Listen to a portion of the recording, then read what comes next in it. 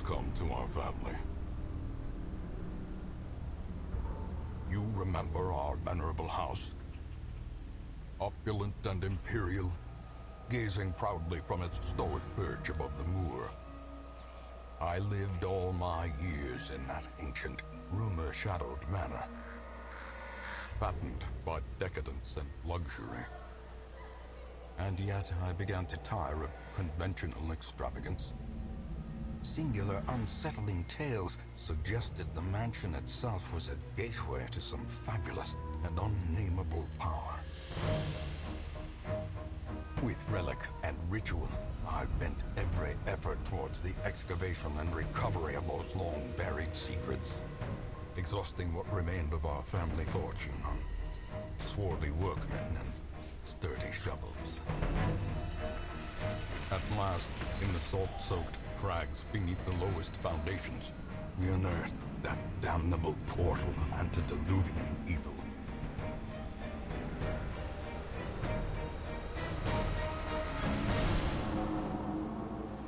Our every step unsettled the ancient earth.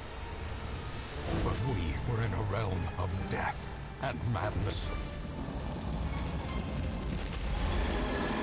In the end, I alone fled laughing and wailing through those blackened arcades of antiquity, until consciousness failed me. You remember our venerable house, opulent and imperial. It is a festering abomination. I beg you, return home, claim your birthright, and deliver our family from the ravenous, clutching shadows of the darkest dungeon.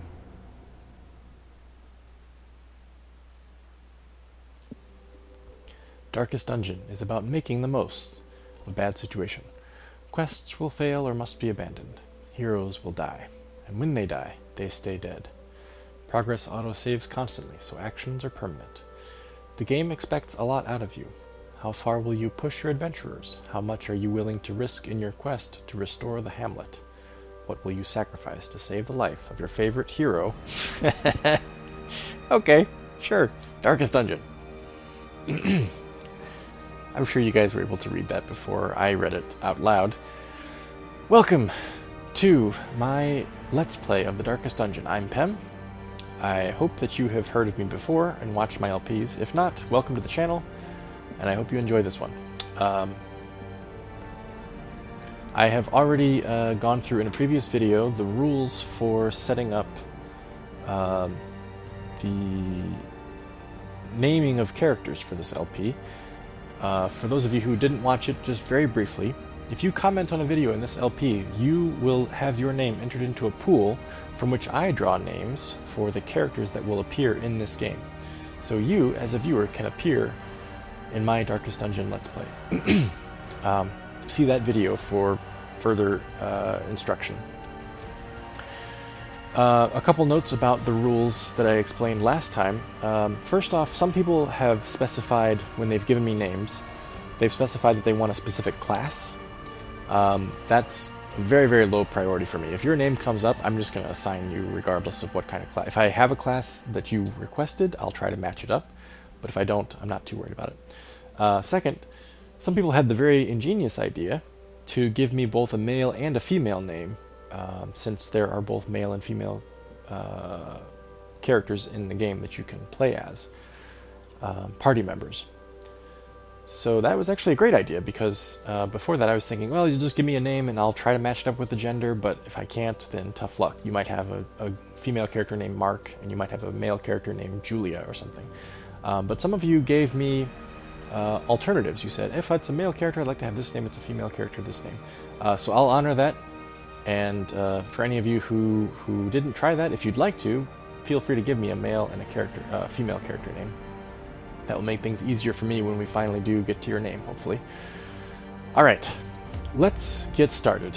So, I'm playing the game after it's been out for a little while. There have been a couple patches.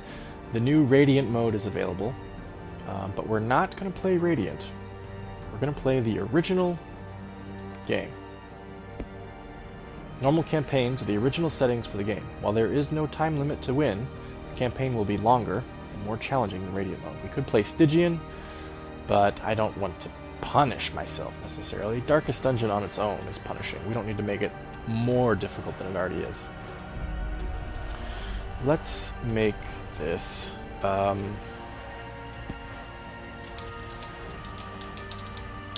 Wickseed. Sure, why not? Here we go.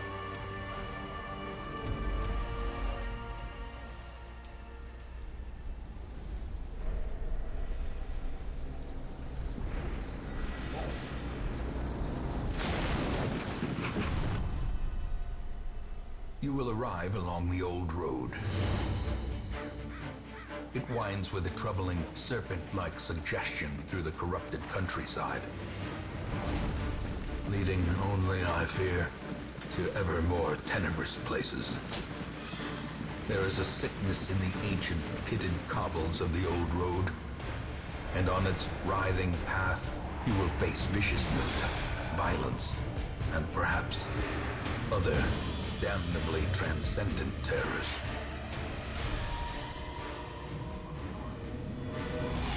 So steel yourself, and remember there can be no bravery without madness.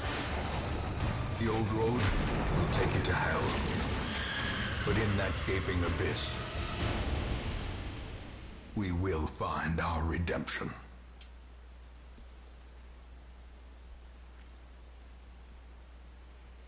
With the stagecoach destroyed and the caretaker gone, you will have to make the journey to the hamlet on foot. So, for those of you who haven't played the game before, if you like Poe, if you like Lovecraft, if you like gothic horror and elemental madness, you will probably like Darkest Dungeon. We'll skip through all these because I already know how to do this, and I'm assuming most of you watching this probably do too. So, a few things. The premise of the game is that there is a character called the Ancestor, who is also our narrator. And at some point, he went a little crazy, dug beneath the manor that he owned, and unleashed some unspeakable evil that has taken over the area around the manor. He, at some point, wrote a letter to us. We are somehow his descendant.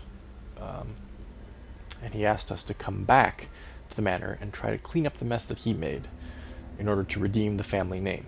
So we are on our way back to the Darkest Dungeon, to the manor, and our staging area is going to be the hamlet. We were trying to get to the hamlet, but the carriage has for lack of a better term, derailed. It's had an accident. We've crashed, and we have to make the rest of the way on foot. Now, our first two characters by default are Reno, or Reynold, I don't know actually how to pronounce it, and Dismas.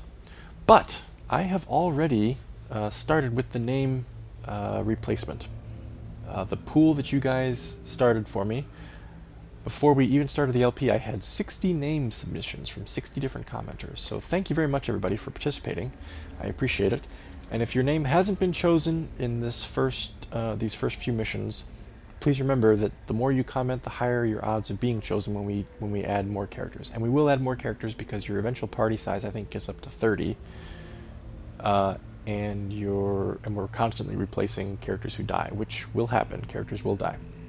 So the first two names that came up, one of them was from user Shepherd VI. So congratulations, Shepherd. And your suggested name was William the Slayer. Well, okay, we can't do William the Slayer. Let's just do William Slayer. That's a great name. So it seems William the Slayer would seem to fit a crusader more than a highwayman, so let's go with that. Dismas is going to be renamed. We had a submission from Agnar Danielson, was the commenter, and he suggested the name Anorak. So here on our first adventure we have William the Slayer and Anorak, courtesy of Shepherd VI and Agnar Danielson. Thank you both of you for submitting names. We will get to more names here in a moment. Let's move. brigands have run up these lanes. Keep to the side path.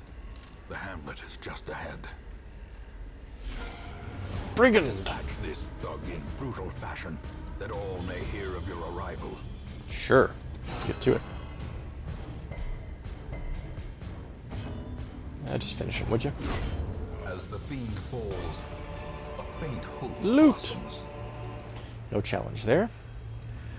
Right. So we have two tabs here as we're conducting our party. First, there's the left side, which includes our attacks, our character's stats, our character's weapon and armor, any trinkets that they have armed when you have trinkets.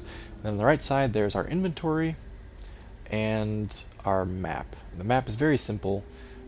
It'll get bigger as we have larger and larger dungeons to explore, but it's basically just room to room, hallways. You can have conflicts in hallways, you can encounter things in hallways, and then of course you can have rooms that are vacant, have battles. The torch is who we are. So here's our first curio. Interactive objects. Right, so we click on it. Someone has camped here recently. Let's check inside. Valuables. 500 Leave gold. nothing unchecked. There is much to be found in forgotten places. 500 gold and citrine. Worth 250 gold each. Let's continue. An ambush. Send these vermin a message. The rightful owner has returned. Yes. Mankind is no longer welcome. Excellent. Let's do it. I don't like that guy, but my Crusader can only attack this guy, so let's focus on this guy. We got a bleed effect, so we're going to cause damage over time, which is great.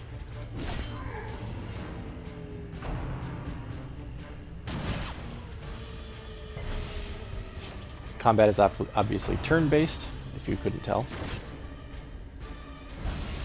Oof. Not only did he cause me damage, but he actually knocked me back. We dodged, which is nice.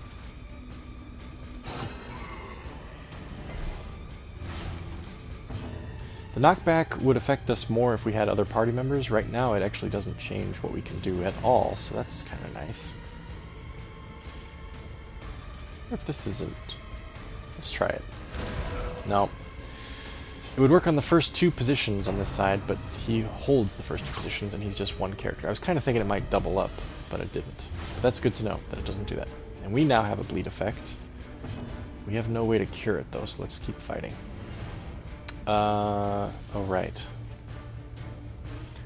I would like to do a grape shot blast, because that does damage to more than one enemy, and we're about to kill this guy anyway. Actually, I'd like to do a pistol shot. But in order to do that, we have to move back, so let's just do that.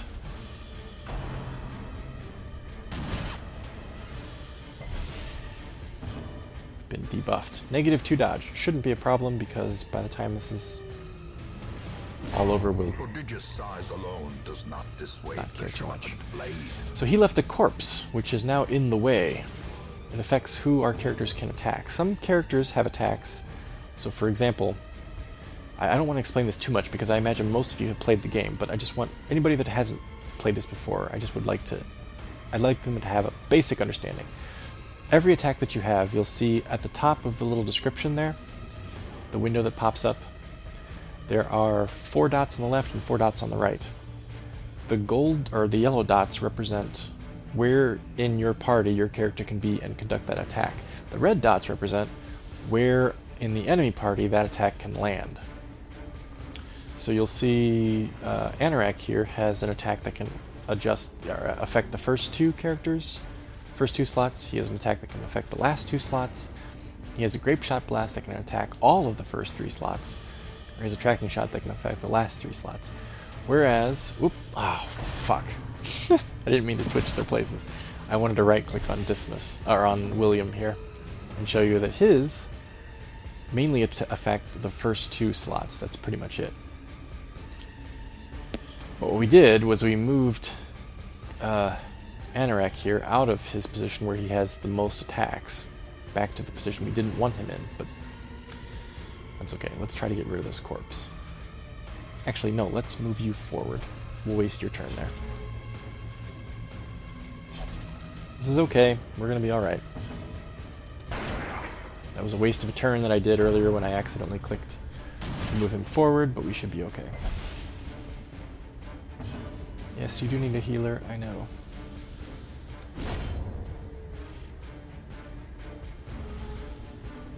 Okay, now we're in business. Press this advantage. There we go. We're alright. No quarter. 200 gold, a bandage, and medicinal herbs. We've completed the quest, but we're going to continue adventuring because we want to check and see what's in this chest. Something doesn't quite look right with this one. It could be trapped. Indeed it is.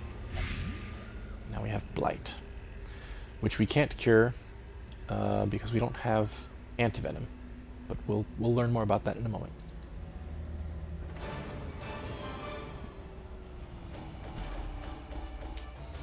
Every time you complete a quest, you will get this victory screen where you'll see your quest rewards, your collected treasure, and any heirlooms that you get, which we'll get into later.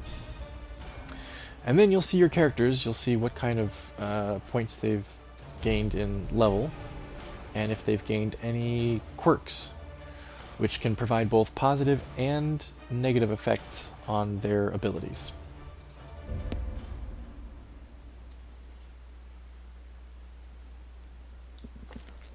Welcome home, such as it is. This squalid hamlet, these corrupted lands, they are yours now, and you are bound to them. And thus we arrive in the hamlet. Every time we finish a mission, we'll get this little activity log. Oh, the Wickseed Estate. Very good. William the Slayer and Anorak successfully escorted you to the hamlet. William's now level 1, Apprentice Crusader. Anorak is now level 1, Apprentice Highwayman. We have all these quest goals that we'll try to do over the course of the Let's Play. There's a lot of them. And this is the hamlet. Now, as we start, we only have a few places unlocked. One of them is the graveyard, where we can see... Most will end up here, covered in the poisoned earth, awaiting merciful oblivion. I will try not to talk over him, but I might sometimes. Here we can see any of our heroes that have fallen, which we will have to take stock of eventually.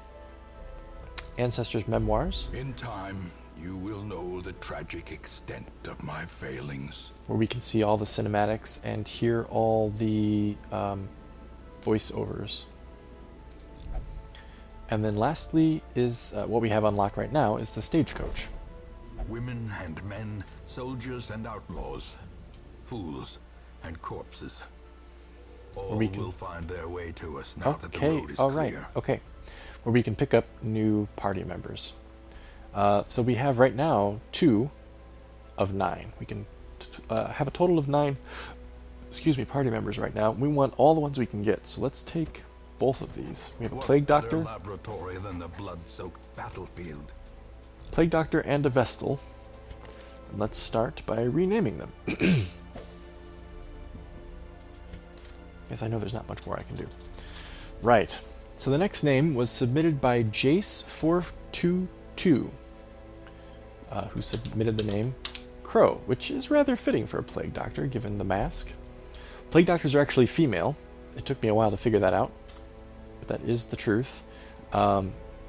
Honestly, you can't really tell. There's nothing in the game that gives it away, apart from the fact that in the literature, they're referred to as she and her. Vestal is our other one. This is going to be our main healer character, at least to start with. And we have a name submitted by Axel, Empress of the Void, who submitted the name Axel Roxanne. Actually, she submitted it with 2 X's. I'd like to get it correct if I can. So thank you, Axel, for your submission. So we have our initial party is William the Slayer, Anorak, Crow, and Axel Roxanne. These are the, what are they called? Heirlooms. You have 4 different types of heirlooms: busts, portraits, deeds, and crests. And you'll get some of each in many of the missions that you embark on. Quests. For every dungeon that you complete, you'll get at least some of these. A few of some of these. And what you do is you use them to unlock things in the different parts of the hamlet. So for instance here in the stagecoach network, we can increase the number of recruits available for hire. So every time that we complete a quest, there'll be actually more recruits here available. Or we can increase the size of the barracks, which increases the size of our hero roster. Let's do both of them for now. More arrive, foolishly seeking fortune and glory in this domain of the damned. And that's all that we can do right now. We have to complete more quests to unlock other locations in the hamlet. So let's get to it. A mecca of madness and morbidity. Your work begins. Right now there's only one quest that we can go on, except for the Darkest Dungeon itself, which would be, as Anorak here says, suicide. So let's stick with the one that we can manage. The first place that's allowed to us is the Ruins. There are 4 total dungeon types: Ruins, Warrens, Weald, and Cove. And basically each place has an effect on the enemies that you'll face and what kind of rewards you get. But we'll start in the Ruins. There are 3 levels of dungeon. There's Apprentice, Veteran, I think, and Champion. So you have to kind of judge the level and then build your party based on that. And there are 3 durations of dungeon as well. There's short, medium, and long. We'll only get short here at the beginning, but we'll get medium soon enough, and we'll get long before too long. So you'll get to see all of them here shortly. Let's build our party. What does Crow have? Crow has Plague Grenade, Blinding Gas, Battlefield Medicine, and Emboldening Vapors. Those are all my favorite Plague Doctor traits, so I'm glad that we have you, Crow. You are best used in position 3 or 4. I don't see any reason to throw you in 3. Does Axel have a reason to be in 3? She has Mace Bash, which you can only use in 1 or 2, which I don't like. She has Hand of Light, which you can only use in 1 or 2. So basically we're going to use her for Judgment or Divine Grace, because we're not putting her in position 2. Let's do it like this. Let's do Crow and Axel. And this, we get, some party compositions get a nickname. This one's called The Usual Suspects. I have learned, I did not know this at first, but I've learned that the nickname does not give you any kind of bonus. It's just a cosmetic thing, that's all.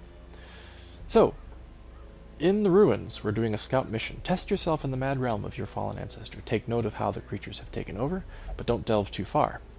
The goal is to explore 90% of the rooms. Our rewards for completing the quest are 3,000 gold, 4 crests, which are these guys right here, and a Blightstone trinket, which we'll get to put to use pretty soon. Let's get started.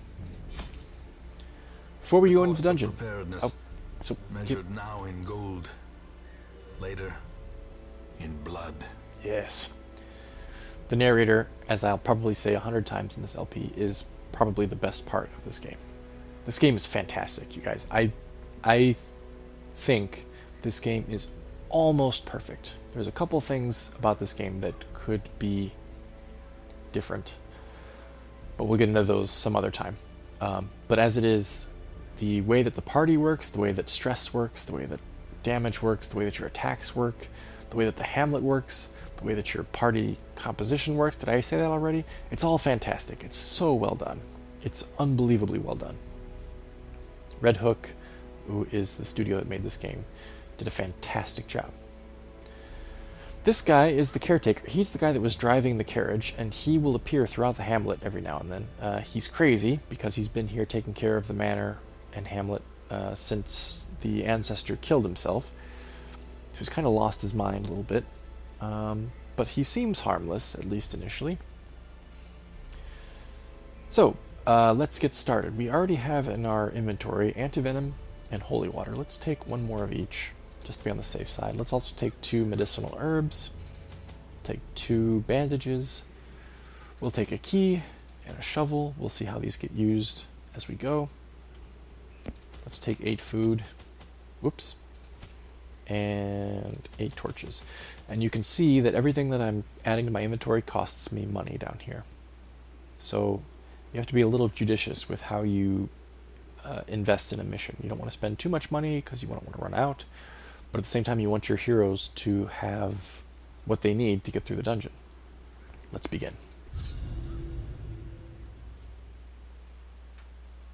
Our first expedition into the ruins of our ancestry. Be curious, be careful.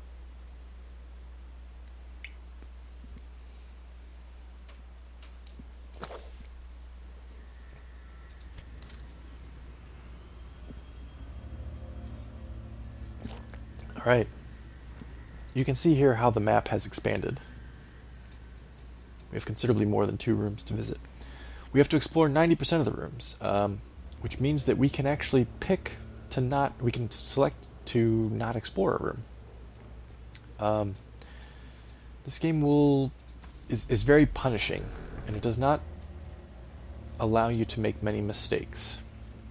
So we'll have to be very careful. And we'll have to be, as I said, judicious in what we do. If only treasure could staunch the flow of otherworldly corruption. There will be times when you don't want to explore everything, because the cost of exploring is greater than the potential benefit. Alright, here's our next room. So, at the very top of the screen, you'll see that torch and the bright lines going away from it. This is your light level. And depending on your light level, you get different bonuses or different detriments. Debuffs, I guess you'd call it. Right now, our light level is 76, so we actually have the maximum amount of light. It goes in these quarters.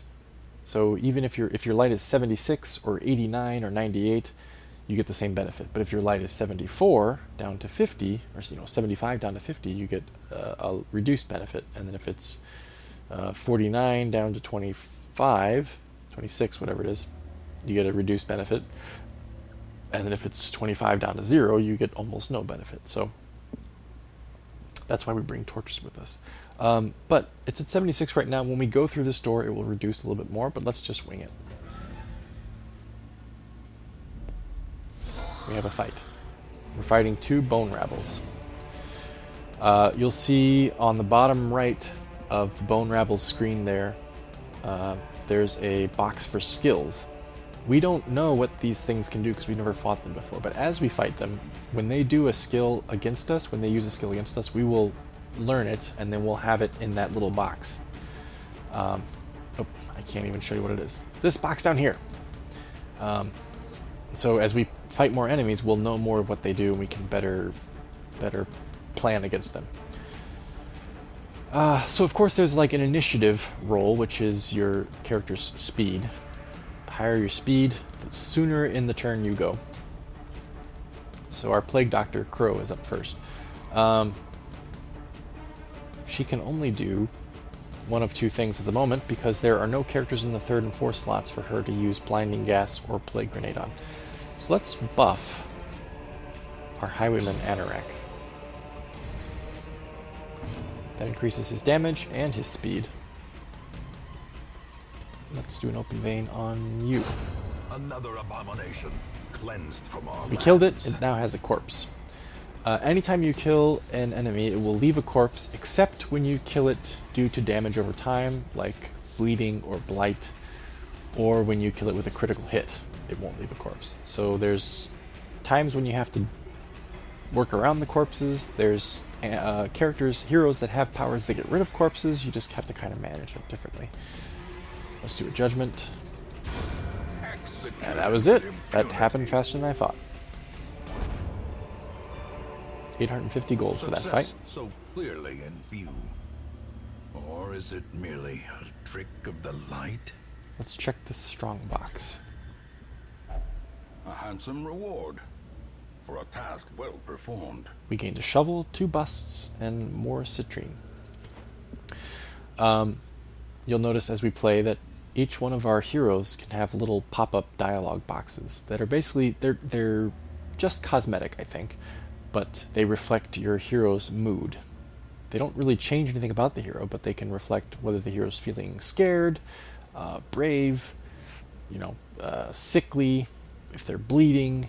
All these different things come up when your hero can mention anything related to this. Sometimes they're even humorous, which is kind of nice. Here we have an obstruction. Even the cold stone seems bent on preventing passage. There are two ways through obstruction. One is to clear the obstacle by hand. It takes time, which means your light level reduces, and it also costs you health points, and it costs you in stress. You can use a shovel, which will clear the obstacle instantly. Let me just go through really quick. So under each character you see the red bar and this dotted bar below. The red bar is their health points, which is obvious. If you've played any kind of game like this, you know what health points means. The white bar, or the gray bar that turns white, is stress. If your character gets, as you play a dungeon, your character gains stress, either from walking through the dungeon or from facing specific enemies that add stress to the character. If your character reaches 100 stress, they reach a crisis point. And at that point, two things can happen. It's based, and it's determined by a roll of the dice. They can either gain a heroic virtue, meaning that they face the stress and they rise above it, they become heroic, and your character gets a little bit stronger for the rest of the quest, or they can face the crisis point and fail it, and they become afflicted, in which case they get debuffs to a couple different categories, and they're more cowardly. They might actually ignore you when you try to tell them to do something. And that all happens when you hit 100 stress. If your character ever hits 200 stress, they have a heart attack and they die. So stress is... when I first started playing this game, I ignored stress entirely. Because I was thinking, oh, hit points, that's what matters. But stress, I think, might actually be as important a factor, or perhaps even more important a factor, than health points, hit points. So anyway, all that is an aside to clearing this obstacle. And this little gold bar here is just showing me which character I have selected at the moment. Which character you have selected basically means when you're walking through a corridor. It just means that that's the character that when you activate something in the corridor, that's the character that will make the activation. So because I let our light level get really low, our heroes ended up being surprised, and now they're out of order. Basically what it's saying is these enemies ambushed you, your characters were not ready for a fight, and therefore they're out of order. So I fucked up there, honestly. I actually fucked up. Let's start with a stun. It's only going to take out one, but let's try it. That's good. Let's have you... I don't want to have you move back because that will put my Vestil in the first position. That will put Axel in the first position. I don't want that to happen. Let's see if you can take out this guy. No, not quite. You didn't make him bleed, he resisted it. Damn. Alright. Well, our Vestal has an attack now. But I think I'm going to push her back. So that our Crusader can... Yeah. I could smite, which means I can attack one of these front two characters, but this guy's hit points are only... he's at 3. I think if I do a Zealous Accusation, which will attack the first two positions together, I can do 3 damage to that first guy and also do additional damage to this guy. Let's try it. Yes. Is broken. Good. Maintain the offensive.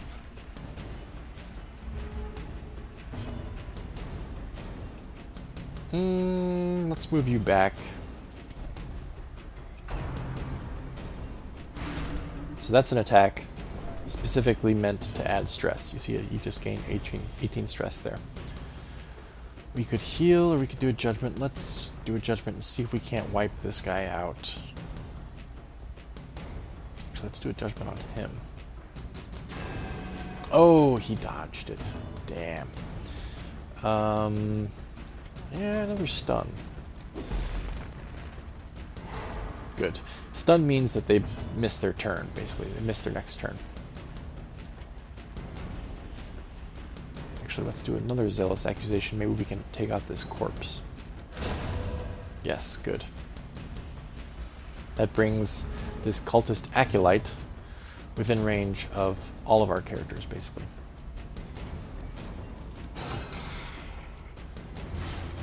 Got a bleed effect. 2 damage for every round. for 3 rounds.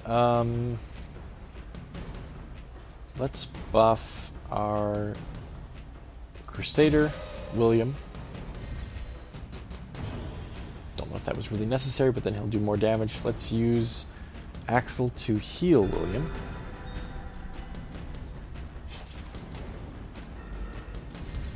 Because he was stunned, he doesn't get a turn there, and let's try to finish him off. Confidence surges as the enemy crumbles. That was a totally fine fight.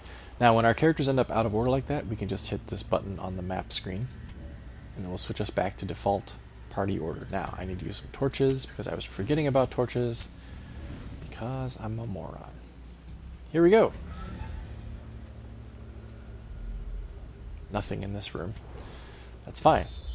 Every now and then you'll get a chance to scout, which will show you the next room, or possibly even the next 2 rooms, and everything in between. One room we have a room battle with Curio, room battle with treasure. We actually want to see both of these rooms, so I think what we'll do is we'll go north, then east, then south, then north, and then finish this off.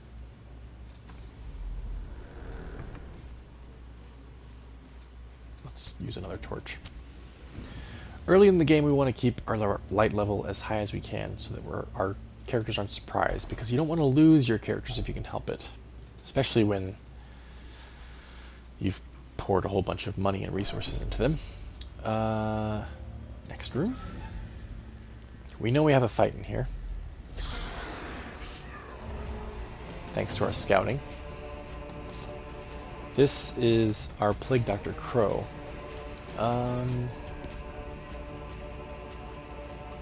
Let's try to get Blight this time. Great. 4 damage over 3 rounds.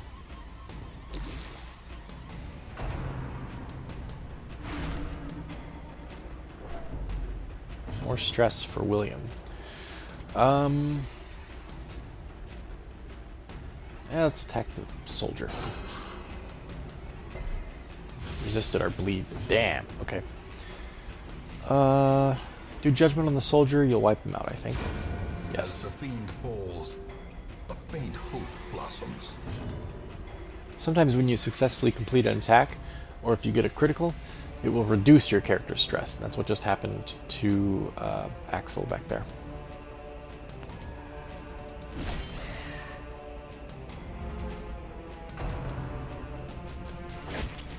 Oof.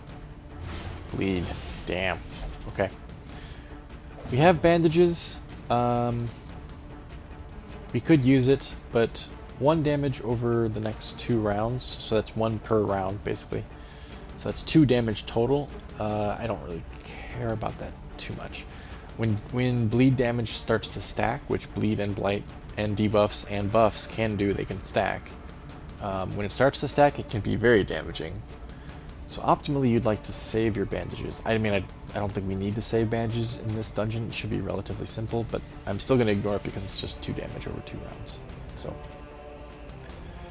I think 5 hit points. I think if I do a grape shot blast, I'll be able to get him, kill him, do some damage to the corpse, probably do some more damage to him.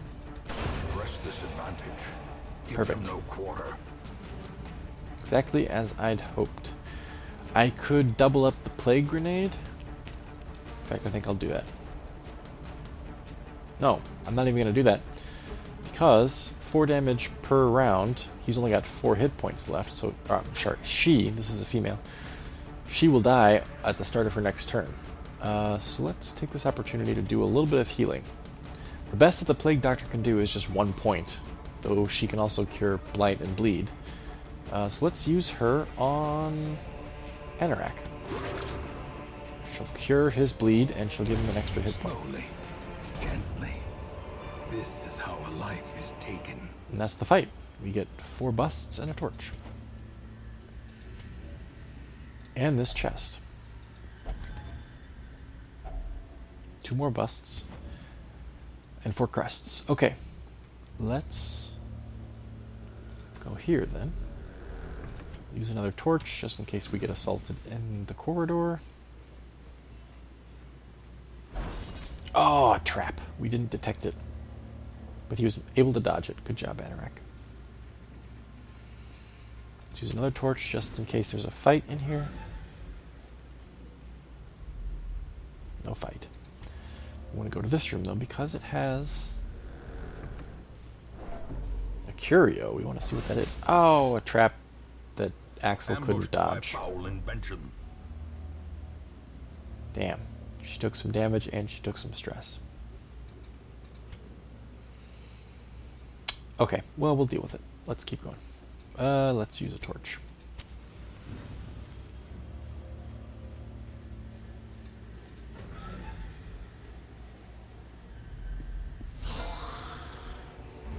Arbalist, soldier, soldier. Try to blight him.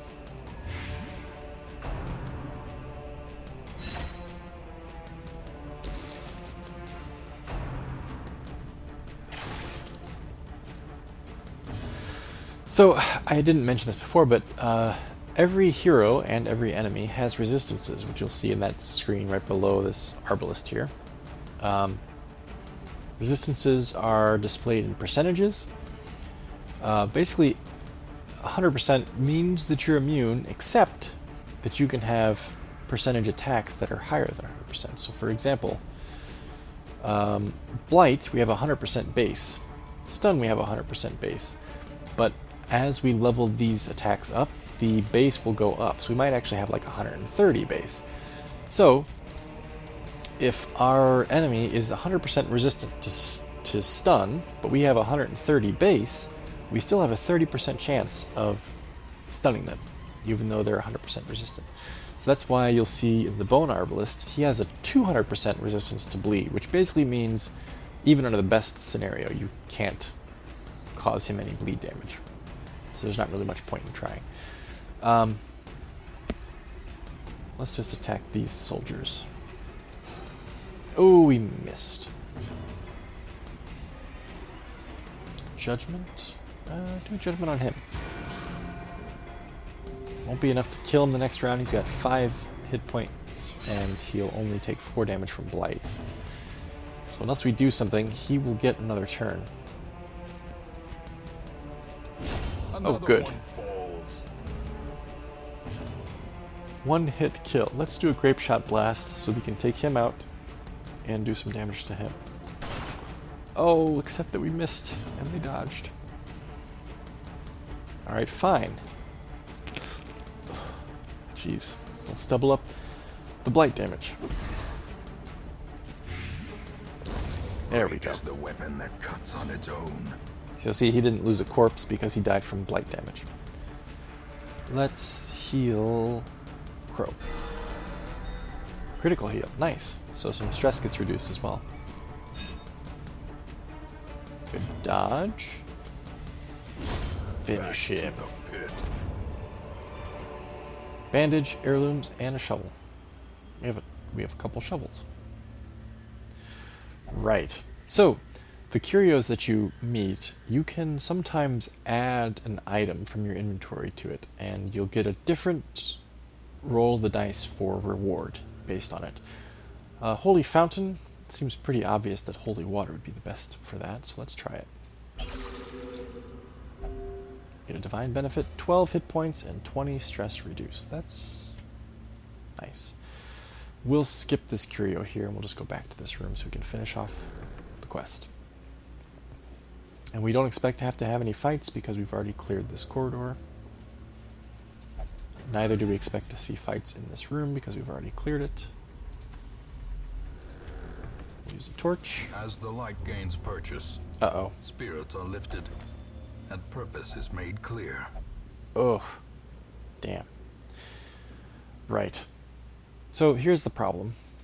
William has this quirk, kleptomania, which means that every now and then, there's a roll of the dice that determines when this happens, but every now and then when you find loot, he decides he's going to keep it for himself, and your party does not get it, meaning I don't get it. He keeps it, it disappears, which sucks. It's kind of a crappy quirk to have. Ah, hunger check. When you're in a dungeon, every now and then there's a hunger check. If you have food, you can eat it to regain 5% health. If you don't have food, you take 20% damage plus stress damage, so it's always beneficial to have food on you.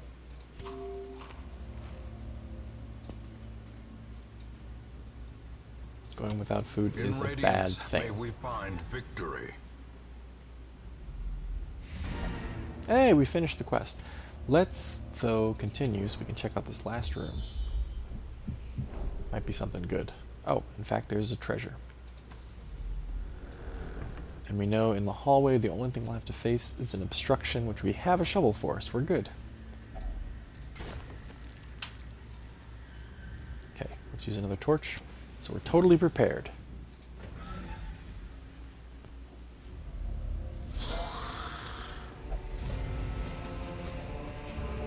As one would expect, this is the toughest group of enemies we faced in this dungeon. However, we managed to surprise them all, which means that every one of our heroes will get a turn before any of them do. So that's good. They're susceptible to both stun and blight. Let's hit them with blight.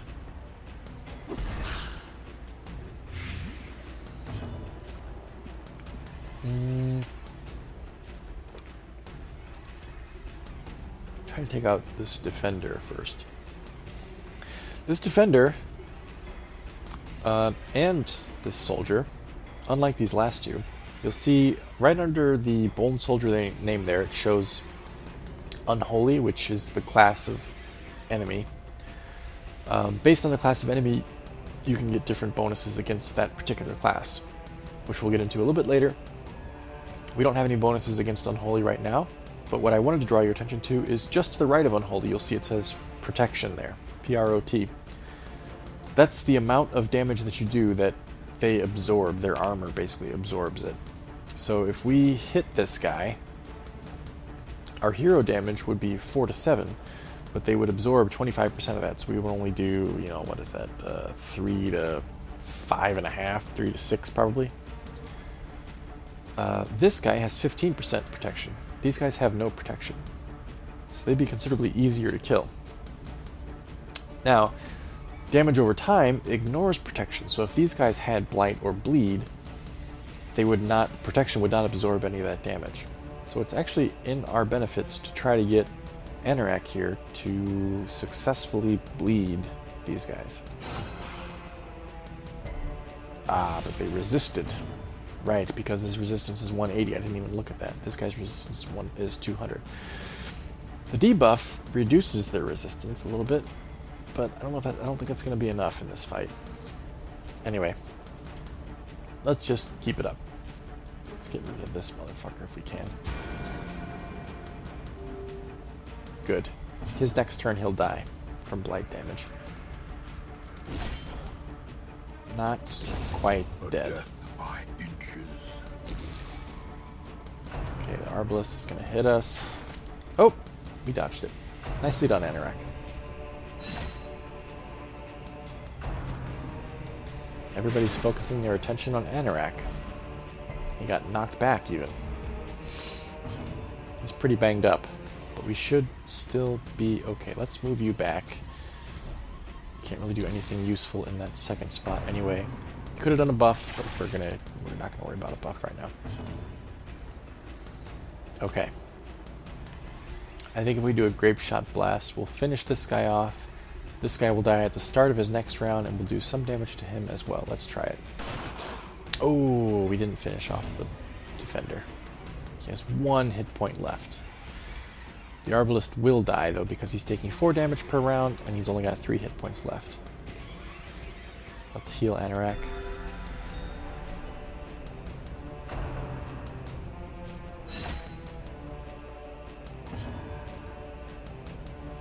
Let's do a Zealous Accusation. Try to spread out the damage. Ooh! Double critical, holy shit. That was fantastic. Nicely done, William. Remind yourself that overconfidence is a slow and insidious killer. Oh, a trap. Good, we resisted the blight effect from the trap. So this is the loot that we got. There's no more loot to be had. We've explored the entire dungeon. Well, there's this curio, but we're not going to bother.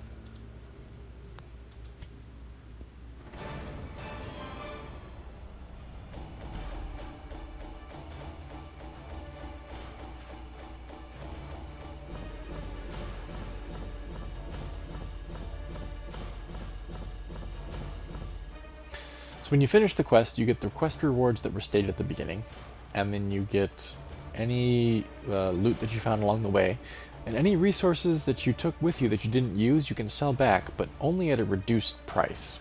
Like, significantly reduced. Like, we were paying like $175 for some of this stuff, and we ended up getting like 15 or 20 back. So you don't want to waste your money on resources, but at the same time, you don't want to leave your team without enough to get through. This is a fine return for the first dungeon.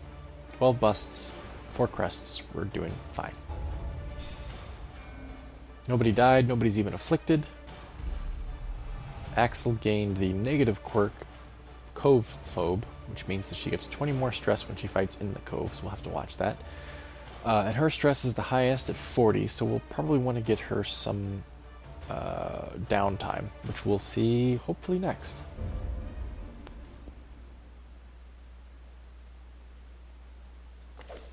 All my life I could feel an insistent gnawing in the back of my mind.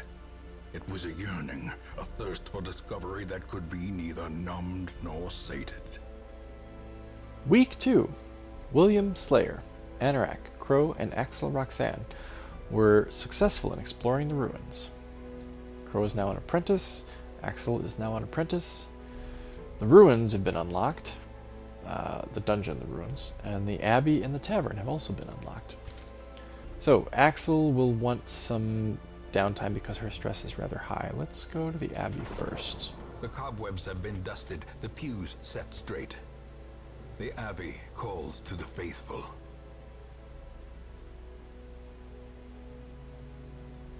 Axel actually has some kind of crappy negative quirks.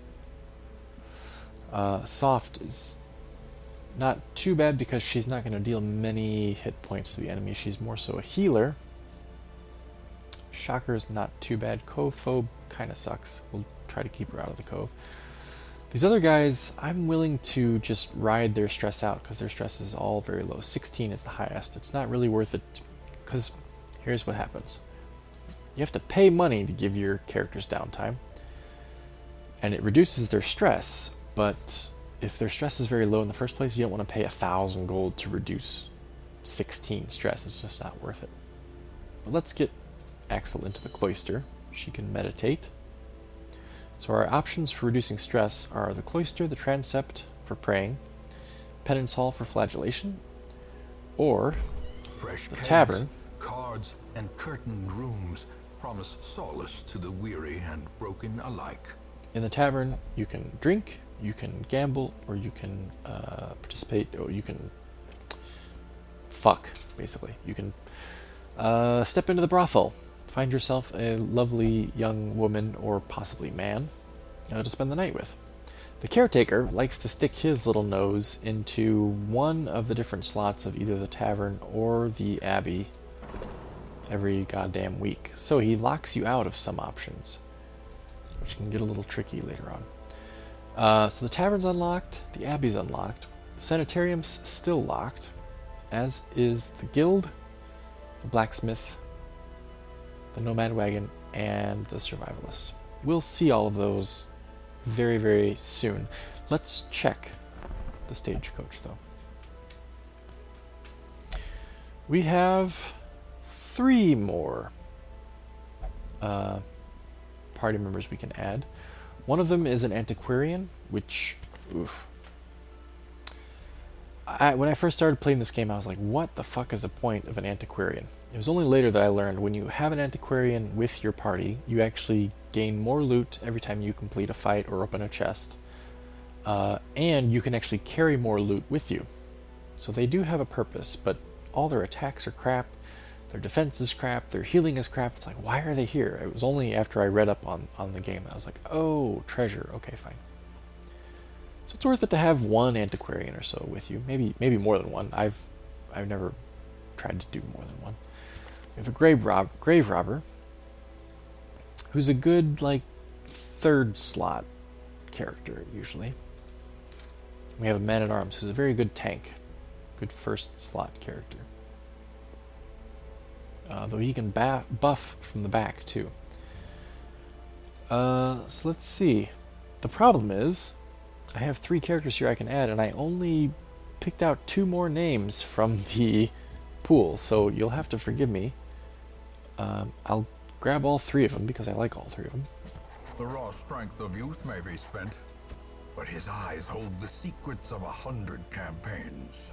But in order to name all of them, I will have to go back to the pool, so excuse me just one moment.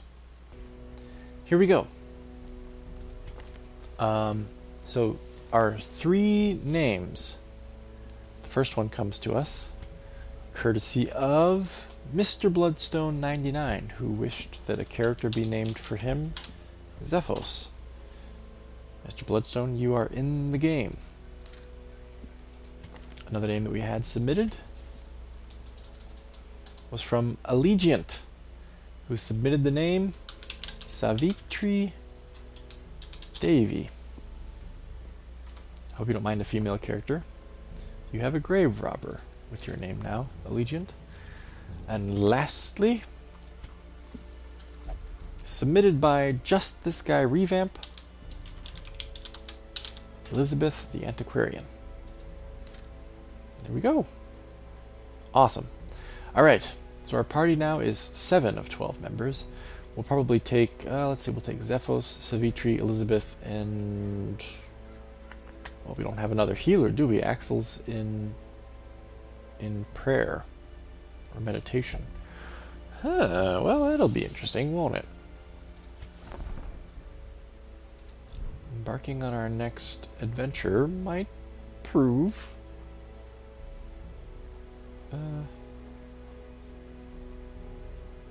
challenging. Let's see, where can we go? What can we do that's not too dangerous? As you work in a dungeon, you start to clear a path to the bosses, and there are, I think, 6 bosses in each dungeon. So we'll get there eventually. As you can see, we already have a medium quests available to us. I think if we don't have a healer, which we don't, probably stick with the short dungeon next time. But that's all I'm going to record for this time. This is a very good start, I think. I mean, we didn't lose anybody, and only one of our characters got significantly stressed out, so yeah, that's a very good start. Until next time, everybody, I will see you around. I hope you enjoy the Darkest Dungeon LP. It's going to go on for quite a while, I can tell you that. It takes a long time to beat this game, if you're not playing Radiant mode. But we're going to stick with it. You guys will get to watch your characters grow and develop, and some of them will die, and then they'll be replaced by other characters. Don't forget, comment on every video. For every video that you comment on, your name gets entered into the player pool, and you increase your chances of getting selected as a possible hero character. So please do. Trying to think if I had anything else to say. No, I think that's it. Until next time, everyone, take care. I'll see you around. Long live the Wickseed Estate, I guess.